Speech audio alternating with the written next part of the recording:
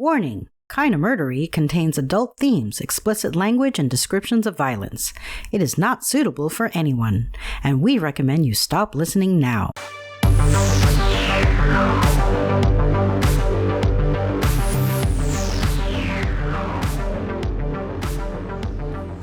I'm Zevon Odelberg, and this is Kinda Murdery. The case I'm about to tell you about started out as a commonplace speakeasy stick-up in which a patrolman and a girl were wounded at 2:55 a.m. on the morning of January 31st, 1927, in New York City. The patrolman died on the evening of the same day and was buried with full departmental honors 3 days later. Long before the funeral, however, the case developed all the melodramatic features that make front-page crime serials or true crime podcasts. Occasionally, newspaper publicity helps an investigation. In this story, it would have been disastrous. And speaking of disasters, imagine being at a bar and inadvertently overhearing a conversation, as I'm sure all of us have any number of times in our lives, assuming that we occasionally go to bars. Except this stranger's conversation that you eavesdropped on by accident would lead you to a lifetime behind the barred windows of an insane asylum. Kinda Murderies. It was a face out of hell. The shooting of Patrolman Masterson starts now.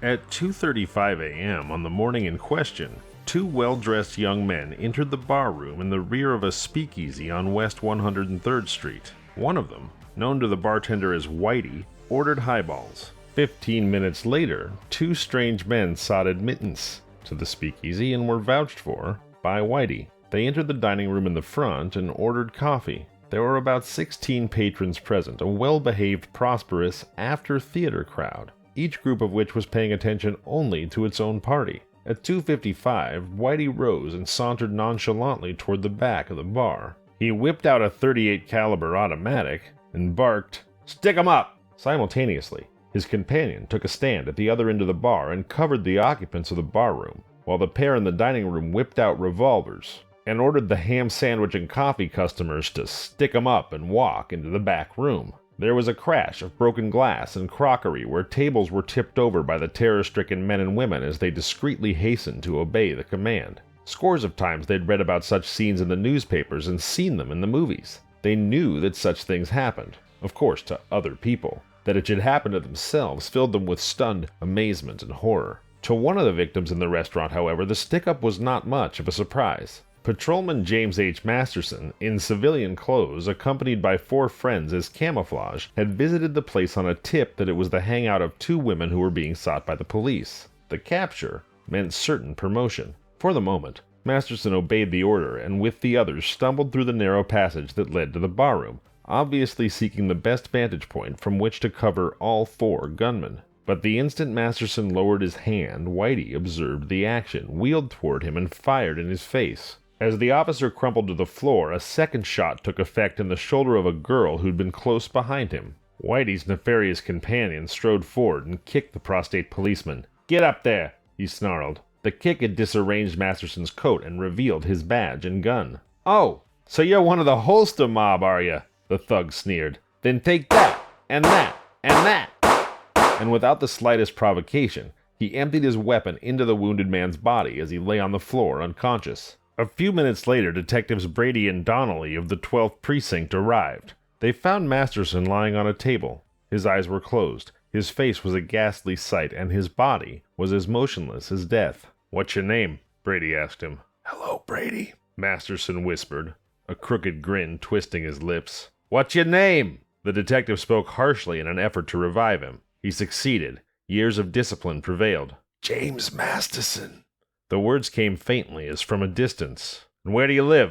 218 West 190th Street. I'm a policeman attached to the 18th Division. "Do you believe you're about to die?" "I don't know. I don't." "Are you willing to make a true statement of how and in what manner you came to the injury from which you are suffering?" The formal inquisition went on. Dozens of times Masterson himself had put these same stereotyped questions to men picked up wounded to death. No one knew better than he how the police are handicapped by dying men's indifference or obstinacy in refusing to answer. With what the doctors later described as superhuman effort, he answered through gasping lips. "I was shot by a fellow, I don't know his name, but he hangs out around 50th and Broadway near Regal Shoe Store. He's about 26, white guy, 5'7", apparently American, wore sort of a blue overcoat, light gray shoes, hat. He was the man who took my shield and revolver while I lay on the floor. Hey, Brady, I guess I'm done for. Please, get me a priest." Then, complete collapse. How he managed to talk that much, the doctors in the Knickerbocker Hospital said later, was a miracle. Each word, it had seemed to Brady, would be his last. But Masterson carried on until he told all he knew. He died, without regaining consciousness, at 6:20 p.m. that evening. The autopsy performed by medical examiner Director Norris showed bullet wounds on the face, abdomen, and pelvis, internal hemorrhages, and shock. In cases of serious felonious assault where the victim is dying, the Homicide Bureau gets on the trail of the killer as soon as the hospital authorities state that their patient has no chance of recovery. Consequently, although Masterson wouldn't die until 6 p.m. that evening, it was at 9:15 the same morning of the shooting that Inspector Carey, who was the homicide chief, assigned his best detectives, Thomas Martin and Stephen G. Donahue, to the case. The first few hours were occupied in groping along the various channels of a routine investigation. They visited the scene of the crime and found the premises closed with a patrolman on guard. Bullet holes in the wall of the bar room, the kitchen door, overturned tables, broken glasses and dishes, a blood-stained floor and table were sinister souvenirs of the gunman's presence on the premises during the early hours of the morning. A careful search revealed no clues to the identity of the gangsters. So the detectives hurried over to the station house of the 12th Precinct, where half a dozen witnesses to the stick-up were being detained for questioning. So horrified were all of them at the vicious brutality of the gunman who had riddled the defenseless patrolman with bullets, that without exception, each outdid the other in furnishing the police with details. Their testimony was greatly beneficial. The witnesses had ample opportunity to get a good look at the four thugs, and the following descriptions were noted down. Bandit number 1. Man known as Whitey. Sharp features, clean-shaven, light gray coat, light gray soft hat. Number 2. Unknown. Dark overcoat, soft gray hat with black band, blue serge suit, about 25. Number 3. Unknown. Apparently an Italian. Number 4. No definite description. That the job was well planned and carried out with the coolness of experienced criminals was suggested by the statement made by one witness, a young, intelligent German man named Louis Ulrich. Ulrich said he'd been in the bar room when the shooting started. He knew the place well, and at first sign of trouble, he skinned out to the kitchen and climbed into the dumbwaiter, letting himself down into the cellar. The back door was locked, so he raced up the front stairway which led to the vestibule of the apartment house. In a mad rush toward the street door, he flopped right into the arms of a man with a gun. This man shoved him back into the speakeasy, where the stick-up men, on the point of leaving, delayed long enough to frisk him of all he possessed. Tenants in the building denied hearing any shooting, though one man claimed he did hear some explosions which he assumed were caused by the backfiring of an automobile. Shortly after the police's arrival at the station house, a new eyewitness, a young woman, was brought in. She was extremely attractive, well-groomed and smartly dressed, but her face was very pale and haggard. "Here," one of the precinct men said, "is Miss Helen Grayson, who was shot the same time as Masterson. She said she wasn't badly hurt, only scared, so we let her go home to get over the shock before questioning her." Miss Grayson made a model statement. It was concise and clear and comprehensive. Certain of the witnesses had stated that it was a man known as Whitey who shot Masterson when he was lying on the floor. But on this point the girl was positive. She maintained that it was Whitey's companion. "I don't know that brute's name," she said, "but I would know him again if ever I see him.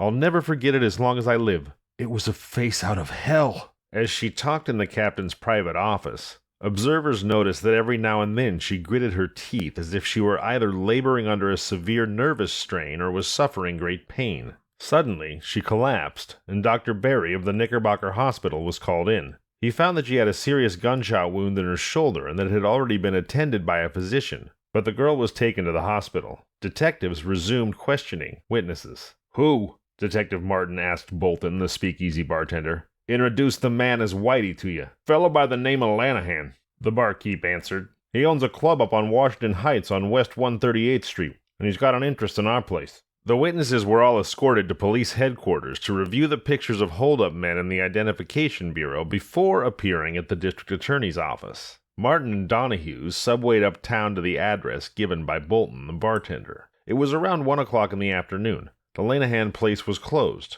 but repeated hammering on the door brought out an old African-American caretaker who told the police that the place didn't open until 3 p.m. From the renting agents of the building, detectives obtained the club owner's home address, which was a first-class apartment house on Riverside Drive. The switchboard operator rang up the apartment, but received no answer. In the meantime, at police headquarters, Alarm 1297 covering the stolen property, the loot of the holdup, had been broadcast, and code signals on Alarm 1296 had been transmitted, reporting the theft of Masterson's .38 caliber Colt service revolver number 42923. One of the proprietors of the speakeasy, who'd been present when the stick-up was going on, stated that he would know at least 2 of the men if he were ever confronted with them, but that he'd never spoken to any of them. As he lay dying, Patrolman Masterson had mentioned that Broadway and 50th Street was the hangout corner of his assailant. On the off chance that one of the patrolmen covering that beat might know the man, detectives called at the 47th Street station home.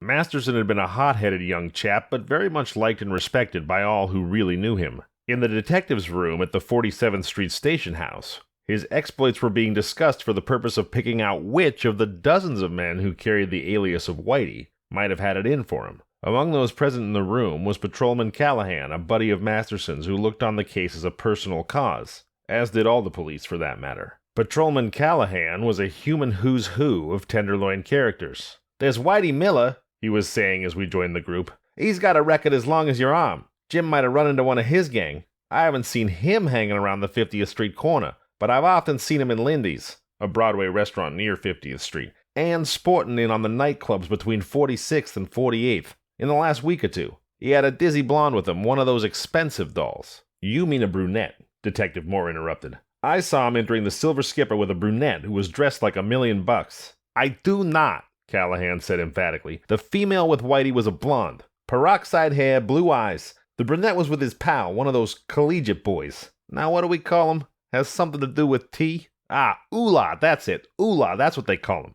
And say, I seen him hanging around the corner of 50th and Broadway near the Regal shop. I don't know where Whitey picked Oolah up, but he's been pickled as a dill every time I seen him. Don't belong to Whitey's old gang." It was arranged that officers Callahan and Moore should make the rounds of the Broadway nightclubs in an effort to pick up this Whitey. There was no photograph of him in the station house, so Detective Martin telephoned the Identification Bureau at headquarters to rush off copies of the picture of the man Callahan referred to. Then, he and Donahue left to return to Linahan's club. "Looks bad. Linahan keeping out of sight this way, Steve," Martin said to his partner as they walked to the subway. "Must have known we'd trace the gunman to his doorstep." Donahue mumbled. "Of course, Linahan may be all right, but he sure is acting foolishly to keep out of the way. It's funny how reckless speakeasies are in handing out cards to people who are practically absolute strangers. I wonder if they got anything on the fingerprints." "Nope," Donahue replied. "I called him up. The table where Whitey and his companion were seated was knocked over and the glasses were smashed to smithereens. Nobody seems to know at what table the other two were seated." When the detective sought admission to Linahan's club, it was around 4 p.m.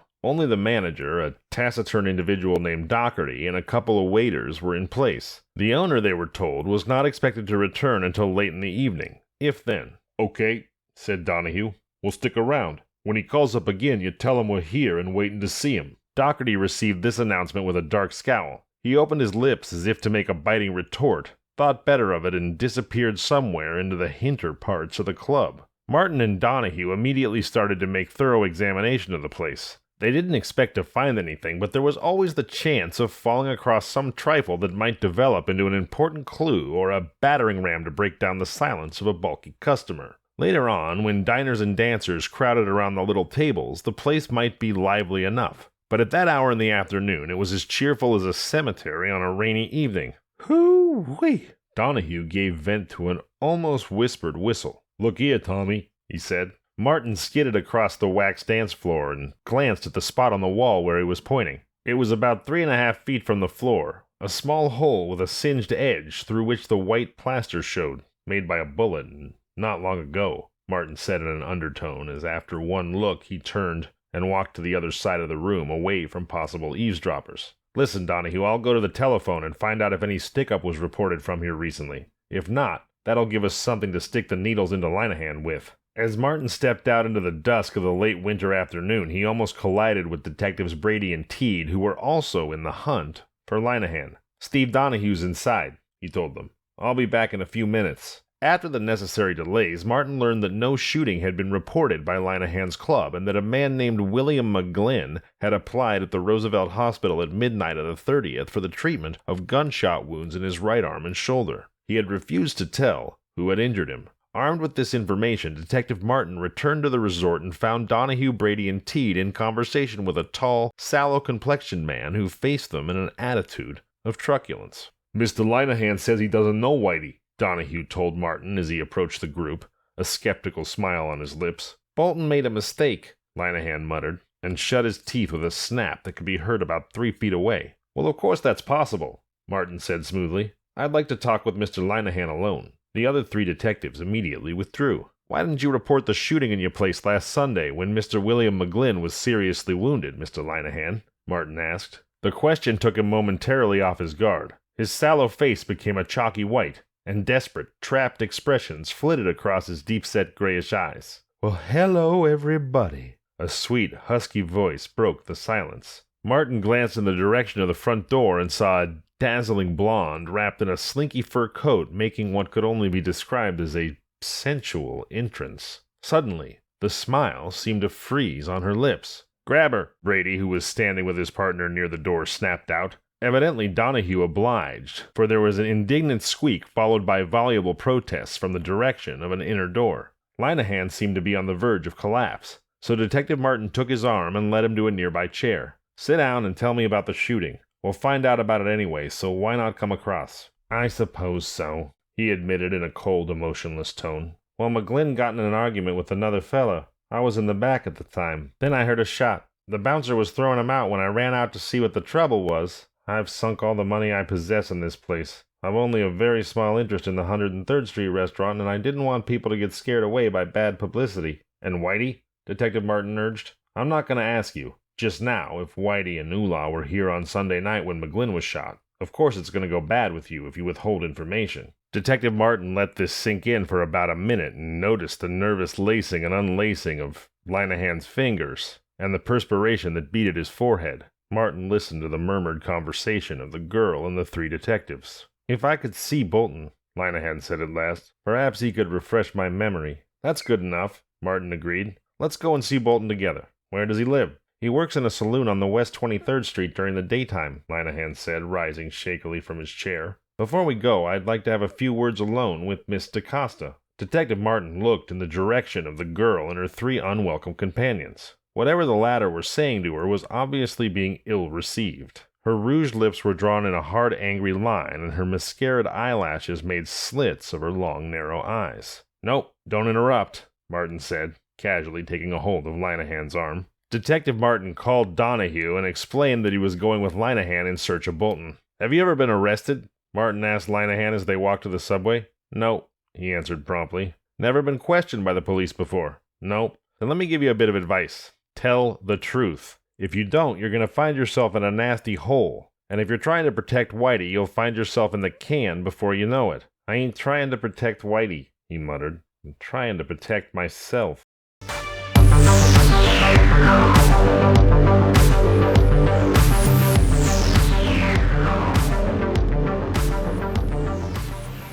"Whitey threaten you?" Martin asked. Linehan didn't answer, and in silence they traveled until they reached the corner cafe on West 23rd Street near the ferries. It was an old-time saloon. The bar was being used as a quick lunch counter. Martin and Linehan passed the entrance and entered the vestibule of a tenement that had been built over the grog shop. They hoofed it up to the 2nd floor and there found Bolton presiding over a thickly crowded, brand-new bar. It was one of those speakeasies that abounded along the waterfront and persisted in spite of steadily demolishing raiders. Bolton was a powerful, ruddy-faced chap with eyes as guileless as a baby's and a simulated genial expression. He was the opposite of Linehan, who was a sharp-featured, cynical-looking fellow with cruel thin lips and deep-set black eyes. "I think it would be better if I spoke to Bolton alone," Linehan said nervously, glancing around the room. "Well, that's all right with me," Detective Martin said, and sat down at a small, liquor-stained round table. Linehan took a place at the end of the bar, which was deserted by the boisterous patrons, who were crowding chummily at the end nearest the door. Glancing at his watch, Detective Martin saw that the hands pointed to 6:30. He ordered a glass of small beer and slipped into the telephone booth. So loud were the wisecracks and accompanying raucous laughter coming from the great husky longshoreman that Detective Martin had to cup the mouthpiece before Central could hear the number he gave. When he was connected with Inspector Coughlin, he told him that he was busily following up a lead that promised developments. "Masterson died at 6:20, the inspector said when Martin had finished. "Get in touch with Donahue."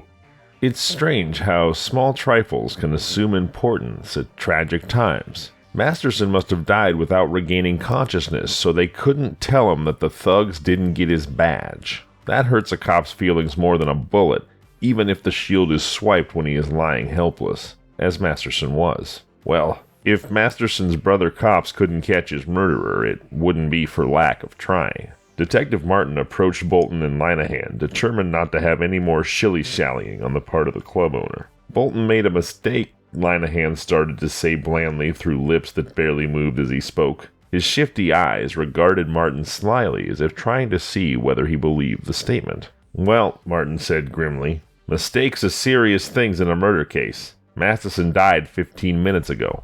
Come on, Bolton. Put on your coat and come to headquarters with me." Wait a minute, Linehan protested, his tongue moistening his dry lips. "What I was going to say is that Bolton made a mistake in not getting in touch with me immediately and reminding me that Whitey was the man I introduced to him. He recalled the incident to my mind. I'll just telephone and get a hold of the man who introduced him to me." Beneath Linehan's cold, self-contained pose, Detective Martin knew that he was scared to death of something. There was only one telephone booth in the speakeasy, and Martin was determined that Linehan should not use that. Martin wanted to know who Linehan called, and if the call was a local one, it would be impossible to trace once the connection was broken. For that reason, the detective steered Linehan into the street, stalling him off with questions until they reached a drugstore that had a row of 4 booths. "We'll go in here," Martin said. "While you're calling up your friend, I'll get in touch with Donahue. He's still waiting for me uptown." Before he entered the booth, Martin noted the number and then sought the telephone at the farther end of the row. Then he called up headquarters and asked the operator to find out what number Linehan was talking to. While the operator was handling this, Martin got in touch with Donahue and told him briefly of his experience with the club owner. "He knows Whitey all right," Martin said. "I'm going to keep after him until I get the address." "You're darn right he knows Whitey," Donahue interrupted. "It was Whitey and Outlaws stuck up his joint on 138th Street Sunday night when McGlynn got shot.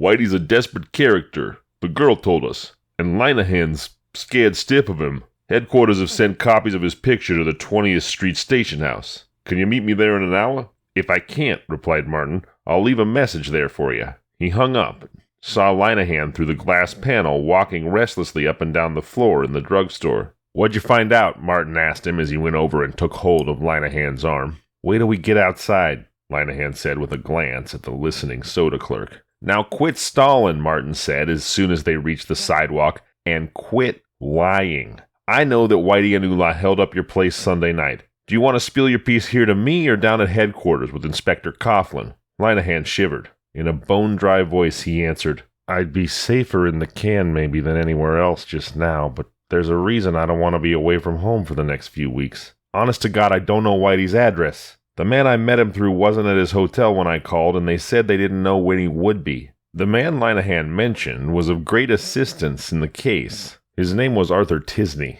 which is a made-up name, nothing like his real name or any of his aliases. Tisney's reputation is international. His specialty is the confidence game, and there isn't a more amoral rascal in the field. Without a scruple, he'll skin a sucker until he leaves nothing behind but bare bones. He'll flatter along a blue-haired belle until she believes she's regained her flapperhood, and then mulch her of every last nickel. Never give a sucker a break is his motto. Outside of business hours, however, he had a very strict idea of right and wrong.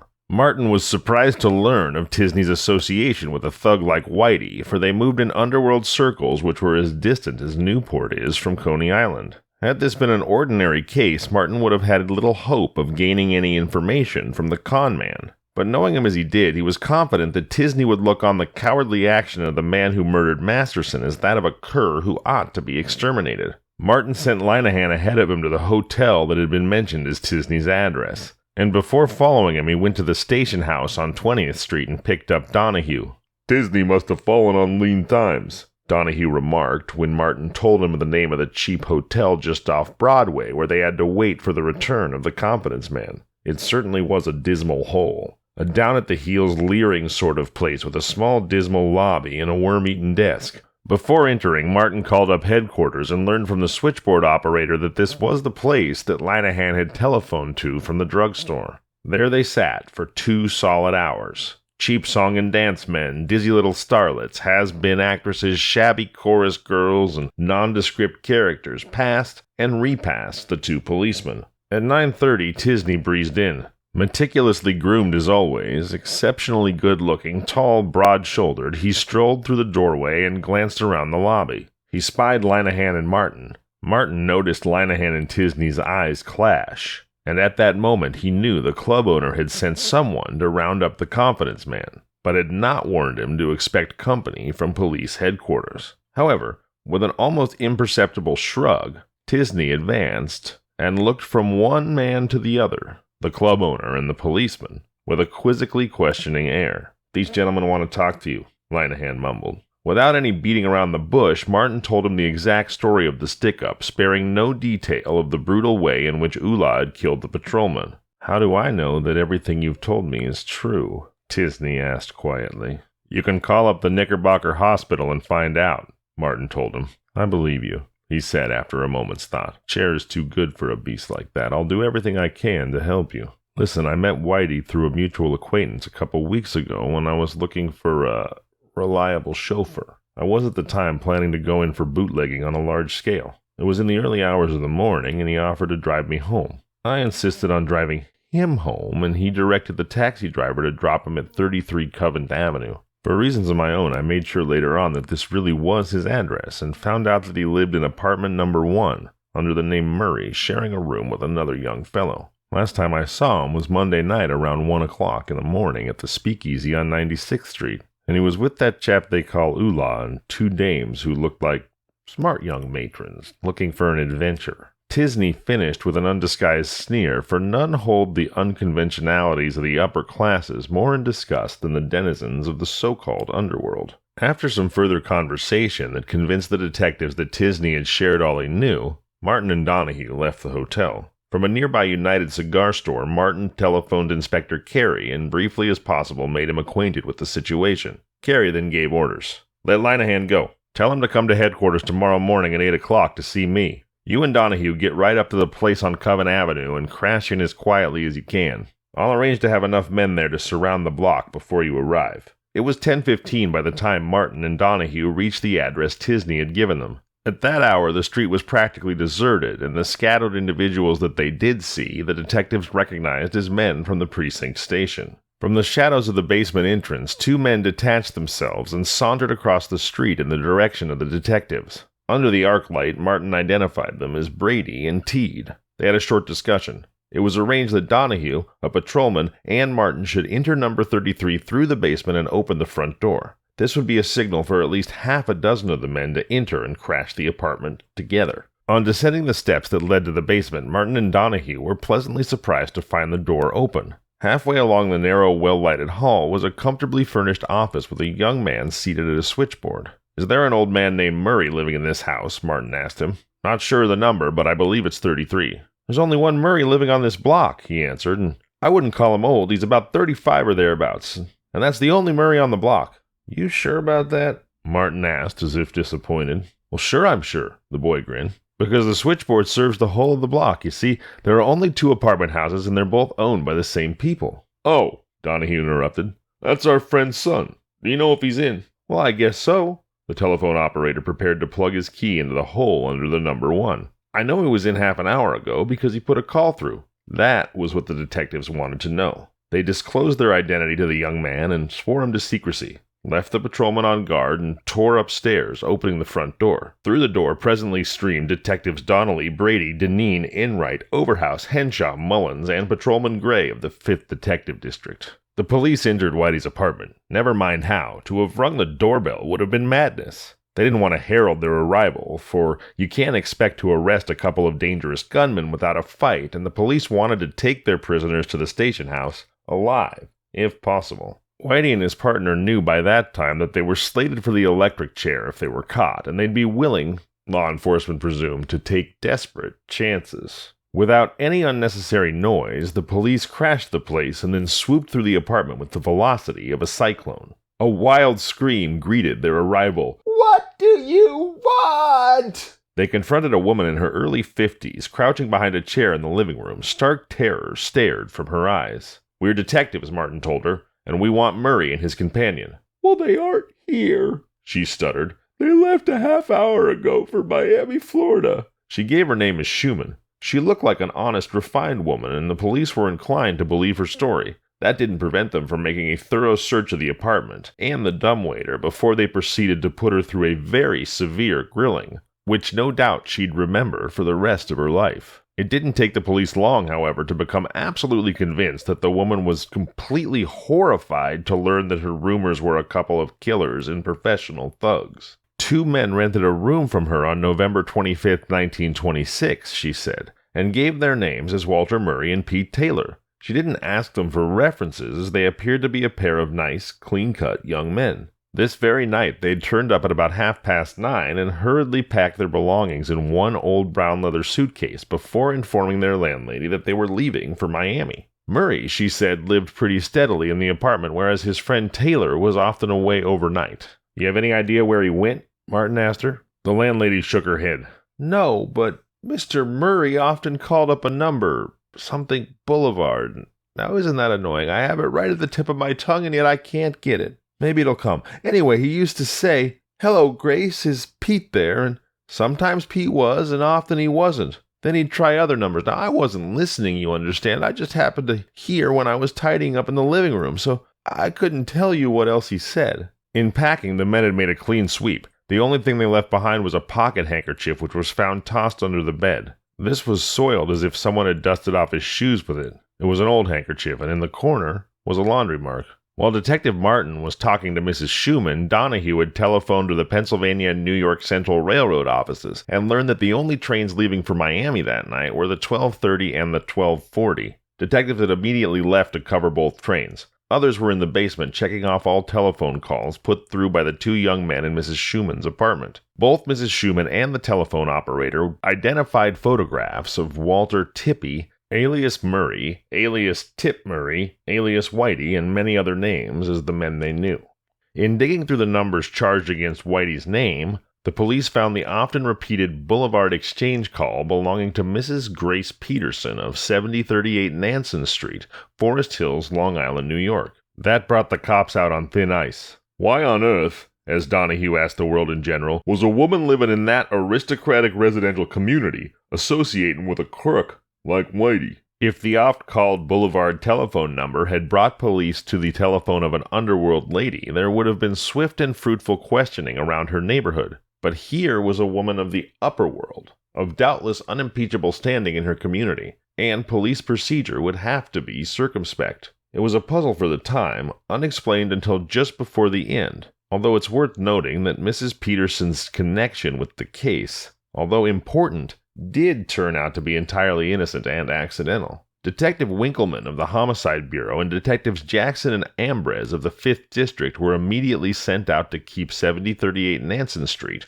Forest Hills, under constant surveillance. Martin and Donahue were disappointed but not surprised to learn that the men sent to cover the trains leaving for Miami had not recognized Walter Tippy, the man known as Murray or Whitey, nor had they recognized Pete Taylor. Murderers make many mistakes, but seldom disclose their destination when fleeing. When they told their landlady they were headed for Miami, it was a near certainty that they were not headed for Miami. "It's a funny thing," Donahue remarked to Martin as they were about to part for the night. "It's a funny thing that Whitey and Oolah cleared out just as Tisney was telling us their address. I wonder if anybody tipped them off." "I wonder if anyone called up the Knickerbocker Hospital from Forest Hills after 6:20, Martin mused. Before calling it a day, Martin mailed the soiled handkerchief special delivery to the Identification Bureau at headquarters. There it would be traced to the laundry that had placed the small ink mark on the corner. And so it was.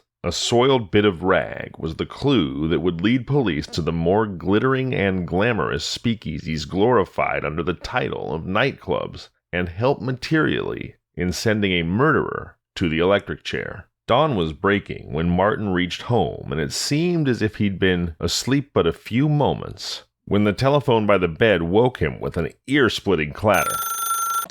"Winkleman speaking," Martin heard drowsily as he put the receiver to his ear. "At 4 in the morning of the 31st, the night of the murder, she arrived home with 4 men and a girl in an automobile. Whitey?" The connection was abruptly cut off. Furiously, Martin jiggled the receiver up and down. "Number, please," a sleepy saccharine voice requested.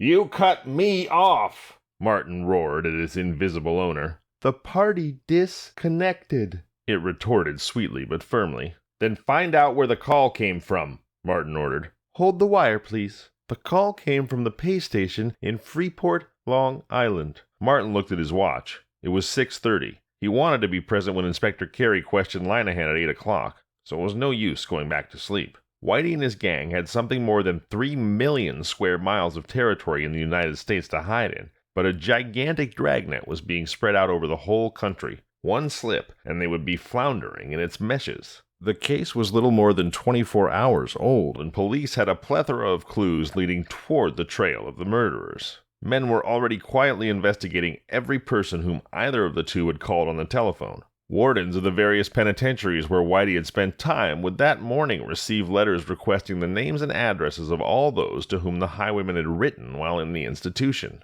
The soiled handkerchief from under the bed might open up further leads. A night's thought had probably advised Linehan to come clean with all he knew. Altogether, things had started off with a bang, but would police reach the trail before it became cold?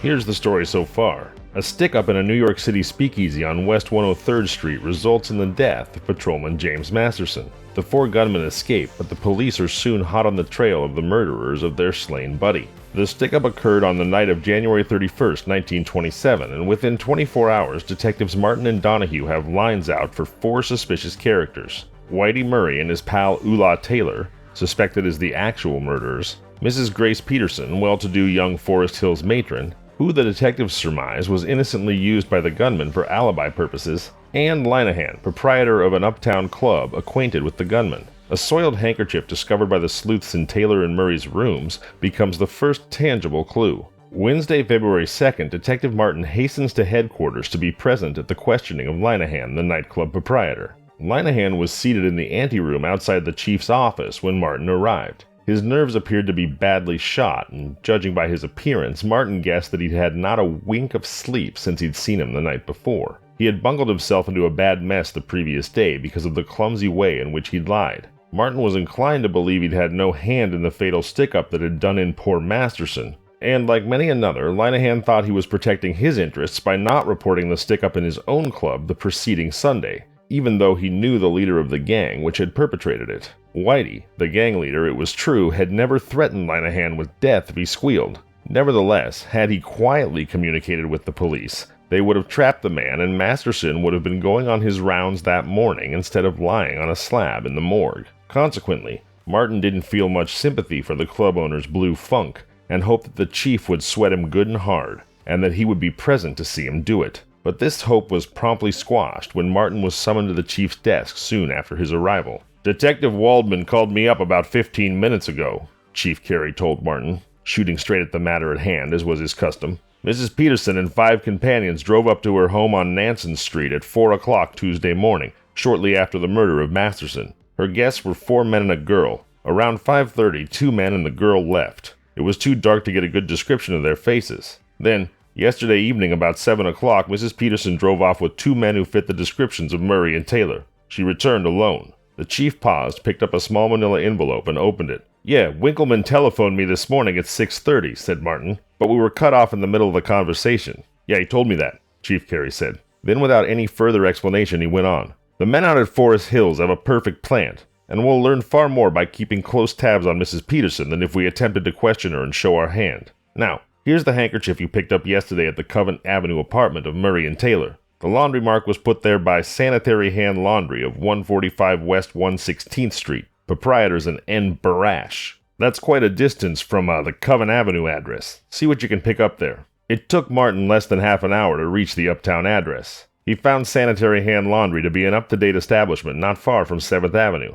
Before entering and questioning the manager, Detective Martin learned that he had an excellent reputation, and Martin would be quite safe in disclosing the object of his visit to him when the time came. Prior to visiting the laundry, Martin had canvassed the neighborhood around the gunman's apartment to learn as much as he could about the two men. The main points he picked up were these. Two young men, one known as Tippy Murray and one as Pete Sellier, had engaged a furnished room in the neighborhood on August 15, 1926. They informed the landlady that they worked in the New York post office. They explained their irregular hours by saying they'd worked on alternate night and day shifts. Had she inquired at the post office, as the police did, she would have learned this was a falsehood, but she never dreamed of questioning the word of her quiet, well-dressed, polite star lodgers. The laundry company had called and delivered laundry to them every week. Then, on November 15th, they'd vanished, leaving no forwarding address. Both the laundry manager and the landlady identified identification photograph 31010 as that of the man who gave his name as Murray, but they could not identify any one of the three photographs which had been picked up out of the gallery as possibly belonging to Murray's gang.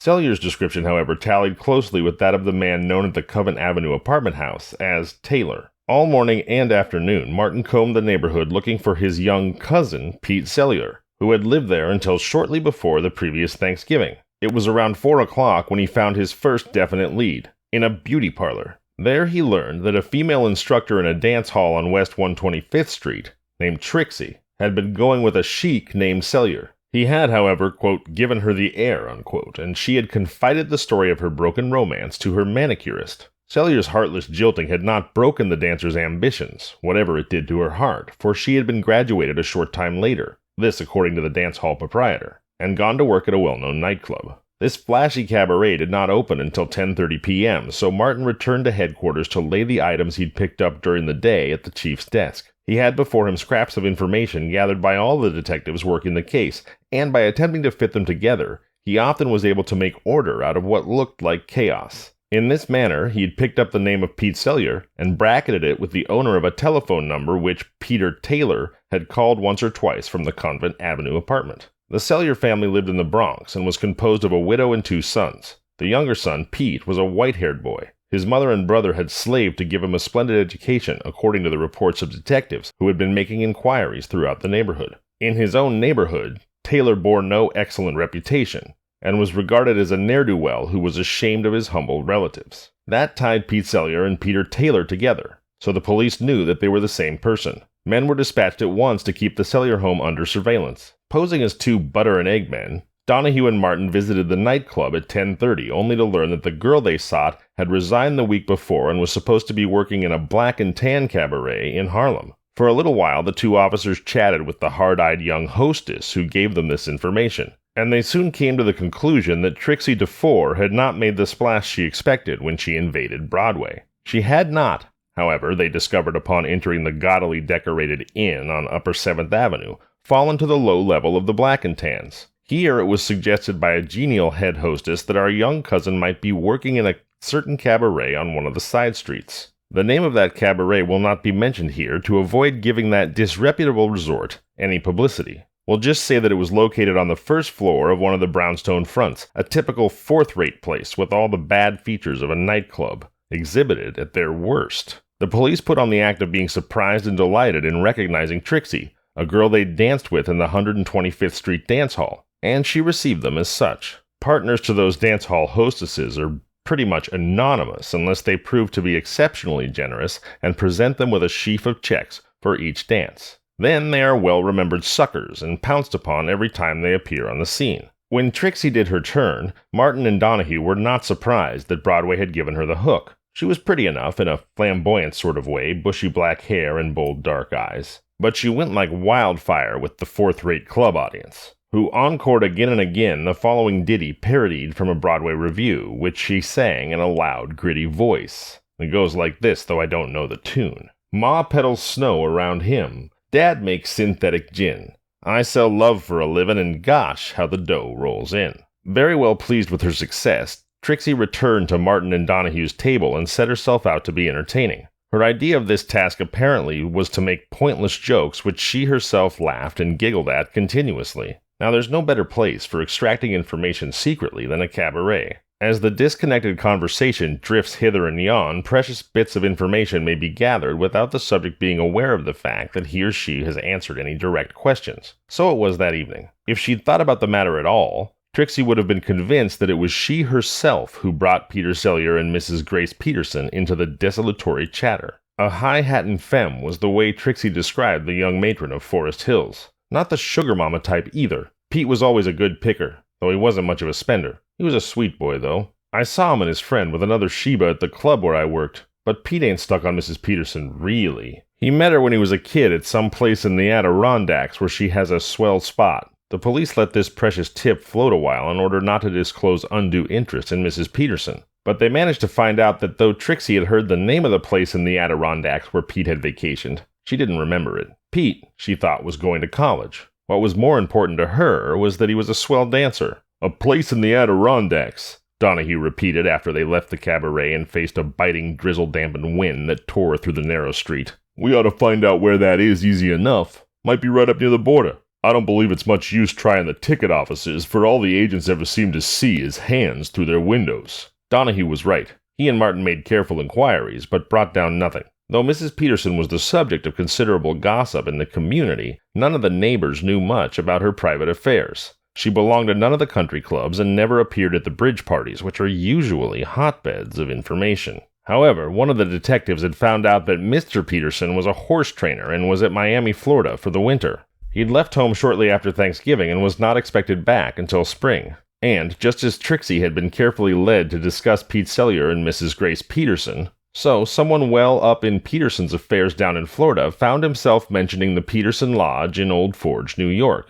So now Martin and Donahue had the address of the camp, but as of yet no certain knowledge that the fugitives were there. Late on Wednesday night, a car tore up to the front gate of the Peterson home in Forest Hills and carried off the lady of the house. To have sent anyone prowling around the Adirondack camp at that time would have risked ruining the police's chances of surprising the men if they were there, as law enforcement guessed they were. But they knew that the slightest breath of suspicion would send them flying off before the police could possibly arrive. Besides that, the police didn't want to travel all the way to the Adirondacks on a wild goose chase without having definite proof that someone was occupying the cabin. And it seemed less pressing because many other leads cropped up that appeared to be just as important as the one pointing toward Mrs. Peterson. On Thursday, February 3rd, 1927, Patrolman Masterson was buried. The services were held at St. Thomas's Church and were attended by all the department officials, headed by Police Commissioner McLaughlin. After paying their last respects at Masterson's funeral, Martin and Donahue resumed the trail of his murderers,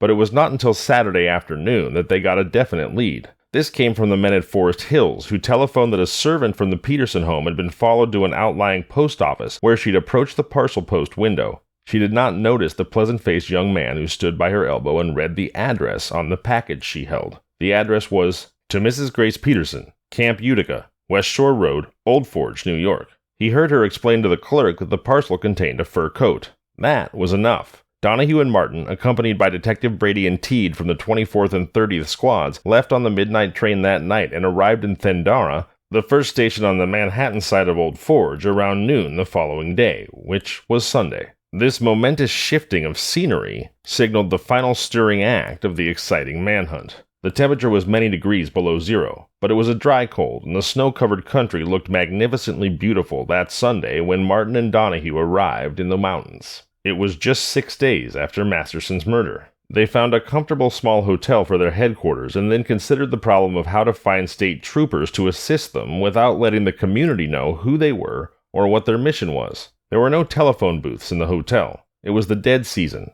the only guests at the time being permanent boarders who were employed in the offices of a large timber concern. Later on, Martin found the proprietor, Harold Van Auken, to be a swell fellow, and he was favorably impressed with him from the start. But too much was at stake to trust snap judgments. As is always the case in such communities, there would be, they knew, much speculation as to their identity. As a sop to the curiosity of the local inhabitants, Martin and Donahue gave out that they were there to shoot bear. So, immediately after midday dinner, they went for a stroll, scouting around for a place to telephone from. They decided that the best thing to do was to appeal to the postmaster of the village whom, through the window of the small little general store, they saw sorting mail. They let him assume that they were federal agents, and he willingly enough went out and closed the door, leaving them in possession of the telephone.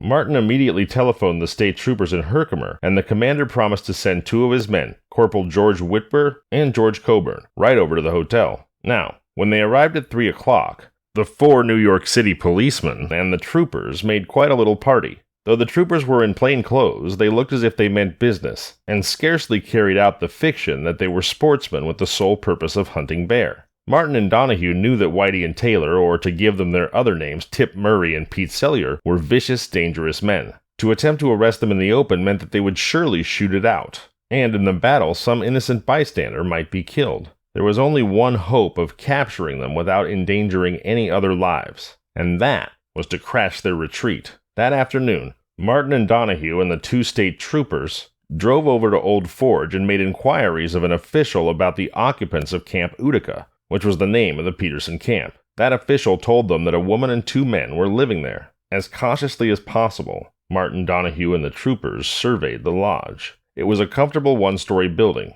It appeared to have a living room, kitchen, bathroom, and 3 bedrooms. To make sure, absolutely sure of the arrangements of these rooms, they were obliged to consult again the official mentioned before. Photographing the camp and its surroundings firmly in their minds, Martin, Donahue, and the troopers drove back to the inn for a consultation on the best way to break into the premises. They finally decided that the troopers should guard the outside to prevent anyone from escaping. One was to station himself on the rear northeast corner where he could observe the north and east sides. The other was to take the opposite corner where he could observe the south and west. They were ordered to shoot if anyone tried to get away. Now they needed an automobile to drive them there. They couldn't use the same one they'd used that afternoon, as the driver was a talkative fellow who might put 2 and 2 together and wonder aloud to his friends about what, quote, them city slickers, unquote, were after. In scouting around, they came across an old Ford coupe and a driver who seemed to fit the bill. Martin and Donahue ordered him to pick them all up at the inn at 5 o'clock in the morning the following day. Martin and Donahue had been strenuously pounding the pavement. Add to that all the strong, cold air, and they were desperately sleepy. After going over every move they intended to make, it was nearly midnight. "We want to be sure to break in just after daylight," Martin said to the other fellas. "And if that Ford chauffeur doesn't turn up, well, we'll have to hoof it the 2 miles over the snow. So I'm going to go downstairs and put in a call for 5 sharp." The steps were thickly carpeted, and Martin heard a low murmur of voices ascending from the office. He was surprised by this because in that part of the country, folks were usually abed and asleep by 9 o'clock unless an exciting game of pinochle was going on. Around the great log-burning fireplace, he saw a group of guests surrounding the proprietor, all engaged in what appeared to be a very engrossing conversation. As he approached nearer, Martin saw the proprietor's wife and mother were also in the gravely concerned little crowd. Suddenly, everyone turned and looked in Martin's direction, and the conversation ceased abruptly. It took no detective training to enable him to figure out that he and his companions were the subject of what they had been discussing. "What are you all sitting around here for at this time of night?" Martin asked Van Auken. The proprietor answered with a twinkle in his eye, while the others regarded him with uncertain, embarrassed smiles. "We're not going to bed until we know what you fellas are up to," said Van Auken. Martin took him aside and told him that they were on a mission connected with the New York City Police Department, but that he couldn't go into any more detail.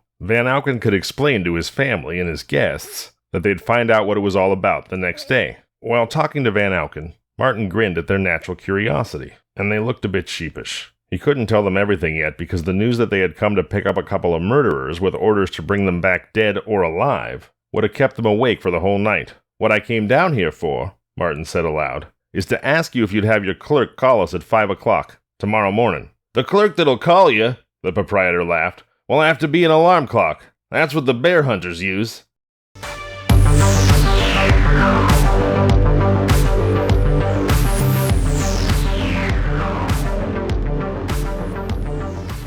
Martin and the others got up at 5 a.m. It was pitch dark and cold as the grave outside on the porch where they waited for the automobile, which didn't show up until 5:30. The driver was sleepy and incurious. He might have been just so many logs for all he cared. Even when they ordered him to stop halfway between Thendara and Old Forge and wait until daybreak, he obeyed with all the indifference of an automaton. Indeed, he was just about to snuggle his nose down into his deep, well-worn collar for another snooze, when they jerked him awake to attention and insisted that he should listen carefully to their instructions. Martin told him who they were and what they were about to do. All he received in reply was a grunt, so he let the driver go back to sleep while they waited for the dawn. It was mighty cold just sitting there. Martin, Donahue, and the others were just about frozen stiff before the first gray clouds changed to crimson that swiftly streaked across the crests of the snow-covered mountaintops. They woke the drowsy chauffeur and ordered him to drive along the road until he reached the steep incline that led to Camp Utica. He started his engine with a racket that sounded loud enough to awaken the dead, and then proceeded slowly along the crusty highway to the point below the camp where he stopped. "Now wait here for exactly 10 minutes, Donahue ordered. "At the end of that time, drive like the devil up to the lodge." "Uh-huh," he agreed indifferently. 10 minutes be long enough?" "Quite," Donahue said grimly. "At the end of 10 minutes, we'll all be very happy, or else—" As they stepped from the coupe, Frankie Teed drew his revolver and, jokingly shouldering it as if it were a musket, chuckled, "Lafayette, we come!" This struck them as rather funny. Nothing quite so hilarious as a Revolutionary War reference, I guess. They had been sitting with the marrow freezing to their bones, and nothing to think about but the desperate encounter they knew they faced at the top of the hill. And the sight of Officer Teed, the grotesque, cocky little man that he was, strutting along in front of them, sent the whole bunch into a fit of laughter. They hadn't dared to drive up the hill for fear the noise of the rattling car would herald their arrival, so they scrambled up the icy slope as best they could. Careful as they were, it was so quiet that early Monday morning that it was impossible to deaden altogether the sound of footsteps.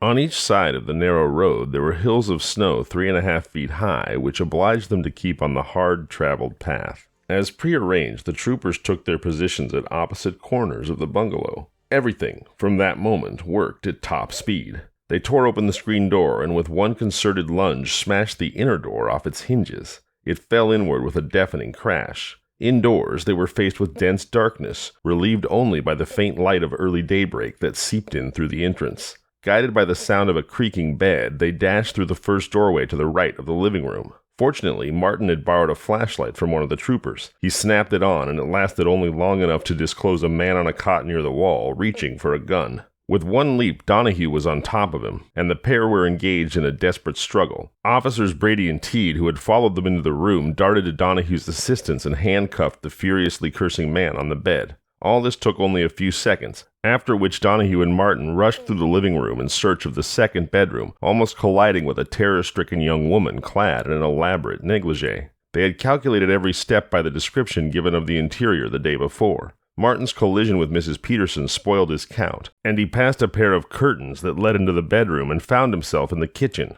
That blunder, as shall be explained later on, saved Martin's life. Whirling around, he corrected his error. 2 leaps brought him back to the curtains, which he brushed aside with his right hand, at the same time firing a shot into the black space on the other side. The entrance was very narrow. To pass through it would have been suicide. Martin's shots were returned with a volley, which he returned by emptying his gun in the direction of the flashes from the unseen thug's weapon. As the last bullet left his revolver, he felt a red-hot streak shoot across his hand and arm, and in an instant the hand was wet. "He got me," Martin whispered to Donahue, "but it's only a scratch. You keep firing at him, and I'll wing him through the window." As Martin ran around the house toward the gunman's window, he was tying up his hand with a handkerchief. Trooper Coburn, who in strict obedience to orders had remained at his post, whispered, "Geez, you're wounded? Let me have a go at him." Martin shook his head. If anybody got out through the back window, they were sunk, and he couldn't wait to explain his maneuvers. All this was taking place during a fraction of a minute. Martin grabbed the trooper's gun and gave him his own to reload.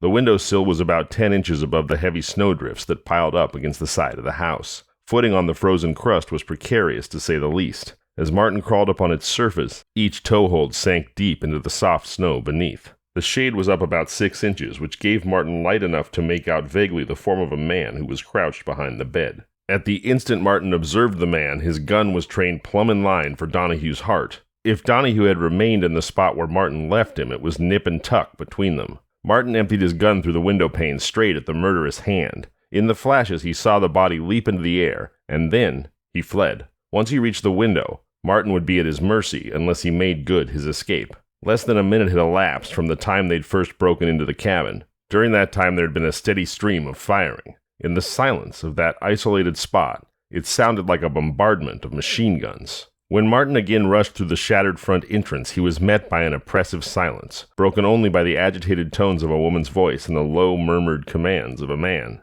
Glancing in the direction where he'd left his partner, Martin could see only his face, a dim white splotch in the gloom. His dark, overcoated body merged with the blackness of the curtains. "Force that fellow to walk in front of you and make him enter the back room," Martin suggested to Teed, who was standing by the handcuffed man. The prisoner presented a sorry figure.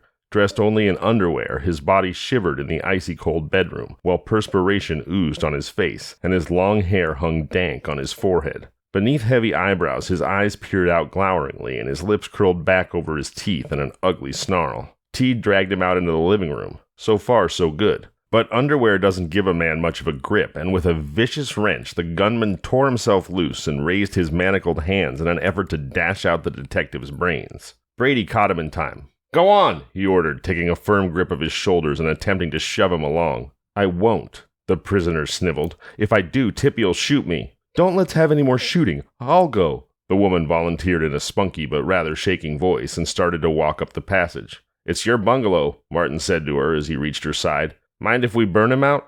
"No," she whispered. "Do anything you like. I don't care what happens to the camp if only nobody gets killed." When they were near the room, Martin saw Donahue drop down on the floor. "If you won't come out, I'm going to set fire to the place," Martin said loud enough for anyone inside to hear. Then, addressing the man inside, he called out, "Come out or you'll get smoked out." No answer. So dead was the silence then that they could hear the clock ticking inside. Mrs. Peterson thrust her head through the hangings, saying at the same time, "It's me, Tippy. Let me come in and talk to you." She shrank back convulsively. "Oh, I can't see him. He's not there. Perhaps he escaped through the window." "No," Donahue said in a whisper so low that Martin had to lean down to hear him.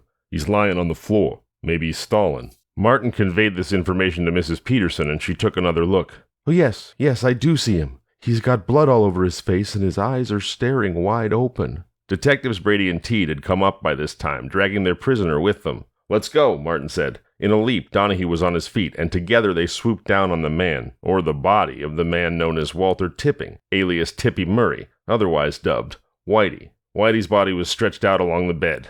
In his right hand, a revolver was clasped. One of the men switched on the light, and it required no doctor to tell us that Tippy was dead. The fatal bullet had entered the side of his head, which was turned toward the window, as he aimed his bullet straight at Donahue's heart. Martin's first bullet must have struck his arm, and the unexpected flank attack had obviously caused him to spring to his feet, the second bullet entering his temple. While the police waited for their chauffeur to show up, Mrs. Peterson put on some coffee and dressed Martin's hand, and Donahue got in touch with the authorities. The man in Teed's custody was Peter Sellier, alias Ula Taylor. In struggling with Detective Teed while the handcuffs were being secured about his wrists, he'd knocked a revolver off a hook at the back of his bed. This was picked up from the floor. Upon examination, it proved to be the one which had been torn out of Masterson's holster as he lay dying on the floor of the speakeasy back in New York. They were all seated in the kitchen, just about to raise cups of steaming coffee to their lips when they heard someone dashing through the living room. They sprang to their feet and confronted the phlegmatic chauffeur, his eyes bulging with excitement and his mouth gaping open.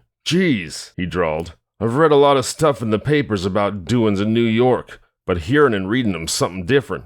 I thought all hell broke loose." Let's give the chauffeur a hand for not quitting his post, for over his coffee he admitted that he'd expected an army of gunmen to come tearing down the hill and commandeer his car for a getaway in a proper gangland fashion. When the authorities arrived, everyone present was arrested on a technical charge of homicide and held under nominal bond. In searching the bungalow, they found that the two bullets which had not found a resting place in Murray's body had ricocheted off the bedpost and continued through the thin rock plaster walls of the room, through the kitchen, and spent themselves in the bathroom wall. Donahue had been in danger not only from the gunman's bullets, but also from Martin's. There was a gun hanging in the framework of the closet at the entrance to Murray's room. Had they wasted more than half a minute between the time they crashed the door and reached the curtains that served them so well, Whitey would have had the drop on them, and there would have been a different ending to this story. They discovered half the jewelry taken at the stick-up on 103rd Street, secreted in the photographs secured by adhesive tape to the top board above the highest record shelf. The rest was concealed in the same way in different places throughout the bungalow. The doctor arrived and officially pronounced Tippy Whitey Murray dead.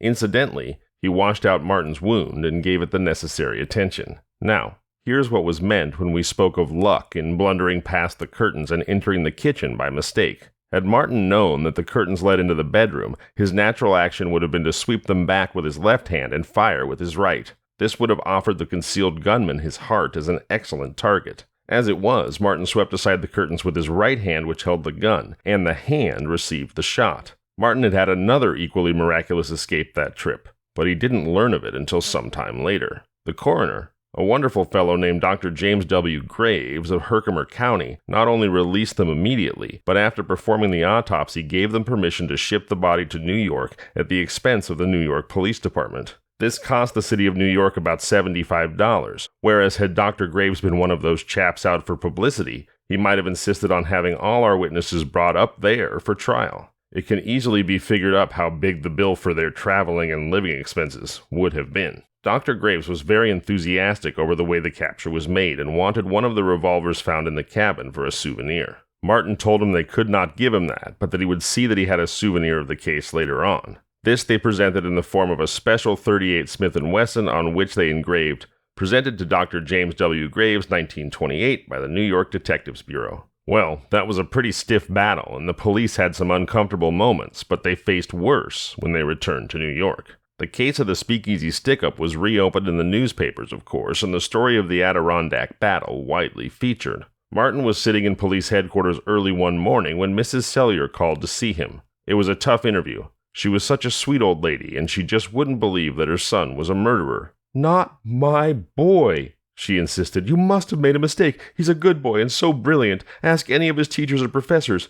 Maybe he did go around with that other man, though. But I don't believe that. But he wouldn't kill a man. I know my son, and I know he wouldn't do that." "Well, of course," Martin offered. "If he is innocent, then that'll come out in the trial. They've got to prove that he did it, you know. A lot of men are tried for murder but never convicted. There are plenty of people, though, that know he went around with Walter Tipping.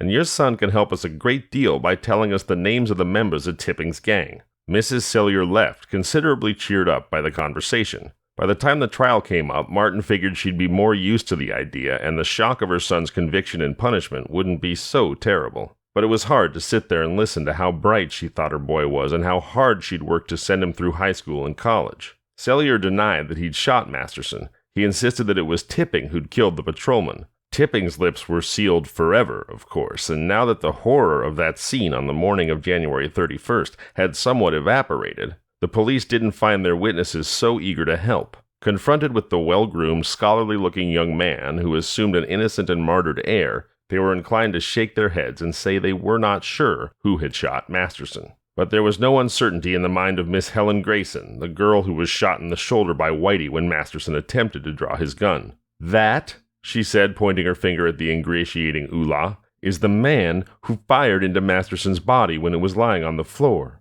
I would know him if I met him in hell." The ingratiating smile on Cellier's face changed like a flash into a demonic snarl, and he attempted to leap at the girl. Another witness who was present immediately recognized the metamorphosed scholar and identified him as the man who had murdered Masterson. But it is only in fiction that mortals are all bad or all good. At first, Cellier absolutely refused to name the other members of the gang. The police could hold out for him no promises of leniency in return for the information. He was headed to the chair and he knew it. There were no extenuating circumstances. For days he remained sullen, speaking to no one. Then, and what changed his mind no one knew, he sent word that he wanted to talk to the chief. Martin was present at the interview.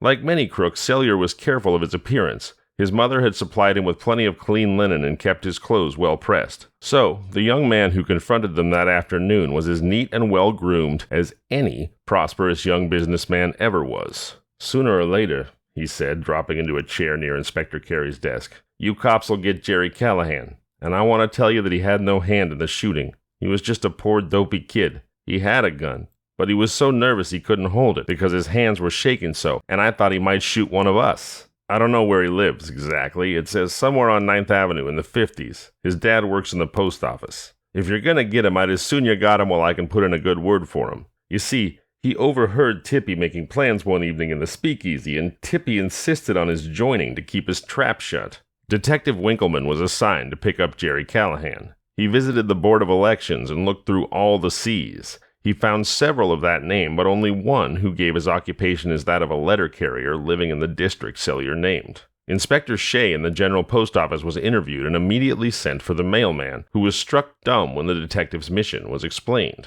"There's a mistake somewhere," he mumbled. "My kid's at home sick with tonsillitis. He's a good kid, you'll see." But one glance at Jerry's terrified eyes when the detectives approached his bed showed there was no mistake. He was a great, overgrown, gangling youngster, 5'11" of weedy skin and large bones. Jerry never served time. He lost his mind and was sent to the Matawan Hospital for the criminally insane. Cellier professed to be ignorant of the fourth man's identity. He was just a guy that Tippy picked up one night when they got to chewing the fat in a speakeasy, was the way he put it. He was boasting about several jobs he'd done. I didn't know what they were, for I wasn't listening. I thought he was a great big gas bag, to be honest. No, I couldn't describe him. "Was he with you after the stick-up when you went out to Mrs. Peterson's place?" Martin asked him. Cellier looked at him sharply. "He was not. We were all friends. He was just an ordinary pickup, I tell you. I don't know where Tippy was going to join him to divvy up." And that was all the police ever got about the fourth man. Somewhere or other, he's floating about in the underworld. Someday he may again be chewing the fat and boasting, and that day, someone may hear him mention the 103rd Street pickup as one of his exploits. Then, perhaps, the police would find him. Now, before this story finishes, we need to make clear Mrs. Peterson's part in it. At the time the news and the feature stories were printed, she was given a pretty bad break. It was said that Mrs. Peterson was the sweetheart of one of the gunmen and that they'd had a quarrel over some other girl. Then, in revenge, she decoyed Tippy and Cellier to her bungalow and sent their address to the police, which was all rot. When Inspector Carey questioned her, the young woman gave him a perfectly satisfactory explanation of how she became mixed up with the mob. "On the night of December 21st, I met him and Tippy. I had a girlfriend with me. About 2 o'clock, they asked us if we'd mind waiting while they drove over to get some gin from their bootlegger. My husband was down south, and there was plenty of room in our house, so we planned to run out there to finish out the night. They were gone only about an hour, and when they returned, they had 2 other young men with them, and we all drove out to my place. I saw that Pete looked very nervous, and I asked him what the trouble was. He said nothing. The next day we drove about for a bit, and on the way home about 6:30, Tippy telephoned. He'd been doing a lot of telephoning that day. When we got in the car again, he whispered something to Pete that made him seem even more nervous than ever. I insisted on knowing what the trouble was, and Pete told me that Sunday night he and Tippy and another chap had been in a speakeasy on West 138th Street when the place had been held up. Someone blamed Pete for shooting a man named McGlynn, trying to frame him. They would have to hide somewhere, Tippy said, until the police got the ones who had really committed the crime. It never entered my mind that they would do such a thing, and quite naturally I offered them Camp Utica. We had dinner, and then the boys went to town to pack up. I met them before they left on the 1:45 a.m. train to Camp Utica. Then I joined them a couple days later. The rest you know. And now I'll tell you about the second lucky escape that Martin had during the scrimmage that took place at Old Forge. He wore a new suit that day when he went up to the Adirondacks. In fact, he'd put it on for the first time the night they left New York to pick up the men. The bullet that had skipped over Martin's hand and arm tore through the cloth of the sleeve and the lapel, and he took it to his tailor with orders to repair it. As they always do, the tailor carefully examined the entire garment. "Look here," he said. "There's another hole on the left side." Martin looked and saw a small scorched hole in the coat just outside the inside breast pocket. It made his blood run cold. He took a leather case out of his pocket and examined it. There, he saw the dent made by the bullet. Tippy had had a chance at his heart after all, but he'd been saved by his leather identification folder. Cellier, alias Outlaw, went to the electric chair. When the police honor board convened, Detective Martin received its most coveted prize, the Department Medal of Honor, and his partner Stephen G. Donahue was given the equally distinguished Daniel B. Freeman Medal. James H. Masterson, who had been murdered in the line of duty, was not there to receive his Department Medal of Honor, but it was presented to his relatives. All the other detectives working on the case were cited for honorable mention. I'm Zevon Odelberg, and this has been Kinda Murdery.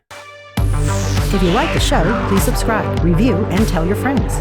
You can find us on social media at Kinda Murdery or email at kindamurdery@gmail.com.